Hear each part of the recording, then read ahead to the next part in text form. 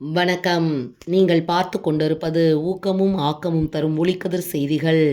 ஸ்ரீ பஞ்சசக்தி அமிர்தவர்ஷினி அம்மன் ஆலயத்தில் பால்குடம் எடுத்தல் நிகழ்ச்சி நடைபெற்றது.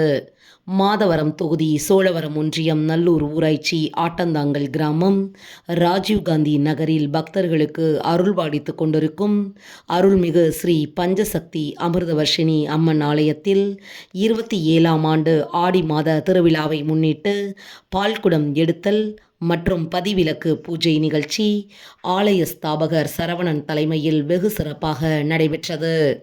நிகழ்ச்சியில் ஆலமரம் அருள்மிகு ஸ்ரீ முனீஸ்வரர் ஆலயத்திலிருந்து மேளதாளத்துடன் பெண்கள் தங்களது சிரசியில் பால்குடம் எடுத்து வந்து அம்மனுக்கு பாலாபிஷேகம் செய்து பின்னர் அம்மனுக்கு சிறப்பு அலங்காரம் செய்யப்பட்டு மகா தீபாராதனை காண்பிக்கப்பட்டது. இதில் சுற்றுவட்ட பக்தர்கள், சிவனடியார்கள், அறக்கட்டளை நிர்வாகிகள் உள்ளிட்ட கிராம பொதுமக்கள் திரளாக கலந்து கொண்டு சுவாமி தரிசனம் செய்தனர். முடிவில் பக்தர்களுக்கு அன்னதானம் வழங்கினர்.